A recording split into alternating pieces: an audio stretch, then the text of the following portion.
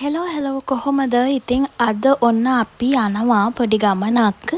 ඉතින් අද අපි අපේ අම්මලගේ ගෙදර ආවා. ඉතින් අම්මලගේ ගෙදර ඉඳලා රත්නපුර සමන් දේවාලයට යන්න තමයි මේ හදන්නේ. ඉතින් සමන් දේවාලෙට විනාඩි 40ක වගේ දුරක් තියෙනවා අපේ ගෙදර ඉඳලා. ඉතින් මේ දැන් අපි යන ගමන්.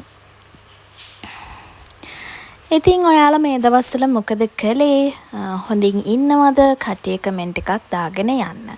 ඉතින් මේ විදිහට අපි මග නවත්තලා අවශ්‍ය දේවල් අරගෙන තමයි යන්න පිටත් උනේ.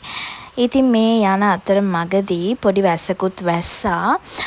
ටිකක් අඳුරු ස්වභාවයක් තමයි ඒ වෙලාවේ 4ට වගේ උනත් තිබුණේ. මොකද ඒ පැත්තට වැහැලා තිබුණා. ඉතින් රත්නපුරේ කියන්නේ ඔයගොල්ලෝ දන්නවා වැඩිපුරම වර්ෂාව තියෙන පැත්තක්. ඉතින් වැස්ස නම් වරදින්නේ නැහැ රත්නපුරේට.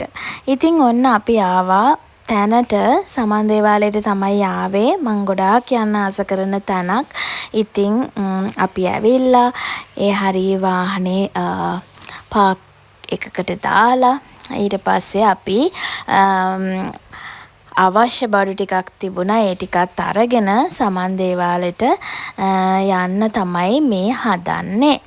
ඉතින් මේ වෙනකොටත් මේ හරියටත් වැහැලා තිබුණා සහ වැහිබර අහසක් තමයි තිබුණේ. ඉතින් අපි මෙන්න මේ විදිහට සමන් දේවාලෙට ඇතුළු වුණා.